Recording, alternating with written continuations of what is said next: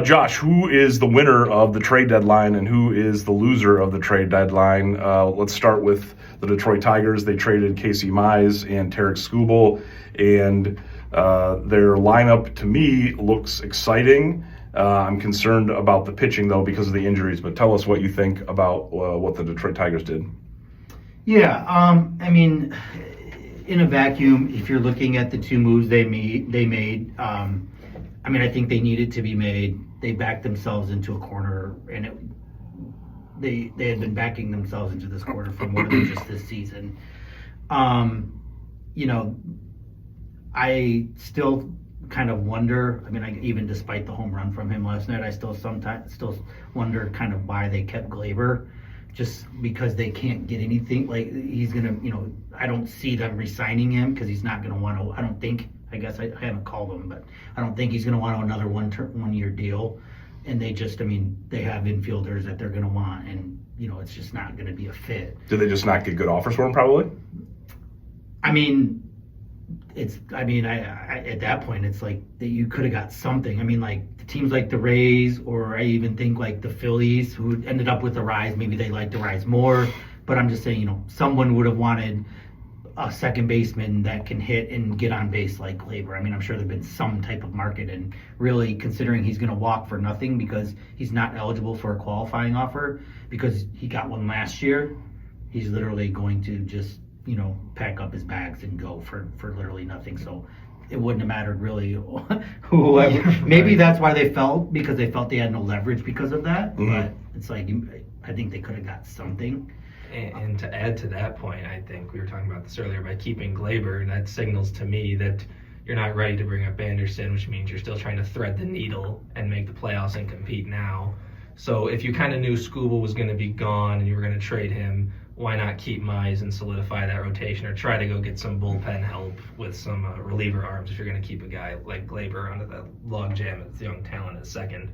And another thing is, when I did my lineup and put it on Facebook yesterday, a lot of people were like, "What about this guy? What about this guy? You're missing this guy. You're missing this guy." I'm like, "Wait a second. I thought we were terrible. Why are you concerned about guys I left out of the lineup? But if you had traded Gleyber for a minor league prospect, then you could play the guys you have. But you're not going to not play him." No, you're going to play especially Gleyber. With the way he's hitting. Well, plus because you're paying him $22 million, right. That factors in. Right. So, I mean, like you still have $6 million-ish left on that to pay. So, he's not going to sit. Right. I mean, I get it. It just didn't necessarily make sense, because I think that they could have, I'm sure they could have got some type of pitching prospect, or maybe even outfield prospect that would have been useful, for the system. And again, you just never know, when someone can kind of come out and how you leave for Michael Lorenzen. People were like, "Oh, who'd we get years ago for Michael Lorenzen? Who'd we get? How you leave another scrap that's never going to do anything?" And now, to your point, he looks pretty good out there. People were mad that you didn't put him in your lineup yesterday. Right. I didn't know how to fit him in. Right. So, I mean, we've talked about this many times. The fans are fickle. Okay. Yeah. They go hot. They ride that roller coaster, man. So yeah, I mean, Hunter just said, talking about keeping Casey. I mean, I thought one of Casey and Tarik were going to go, and I'm even speaking before that whole Orioles debacle last night that Scott Harris spoke to, just because of salary cap reasons and to get one of them. Keeping Casey would have even made more sense because he is eligible for a qualifying offer. Now, I'm not saying that the deal they got for Casey I thought the deal they got for Casey is pretty good. I think especially that the cash, Mayfield. has potential. I mean, he's not a top 100 prospect, but he's a lefty, can get up to mid-90s, working his velocity back, but has potential to be in the rotation on some level. Okay. So, but I mean, they wouldn't have let Casey walk for nothing.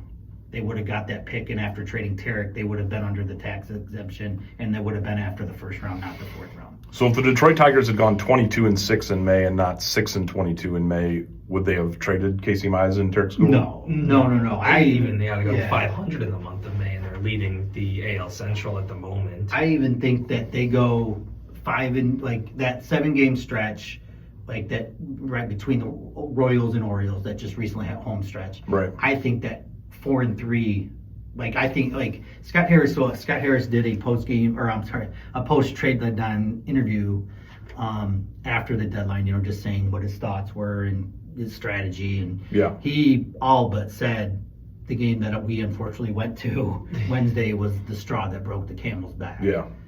Yeah, You did know, Skubal and that say would've something been- about that too? I'm sorry? Did Skubal say something about that too? Scoob said Okay. that, Tarik said that too, that he was Okay. like, it felt like Wednesday was pretty much it for me. Right. I think those were almost his exact verbatim words. And losing those 2 games against the Royals, I even think that was bad. Right, oh, for sure, especially the way they did it, right? 2 late losses from the Right. bullpen, and then Yeah. obviously the complete implosion Wednesday that we had to witness.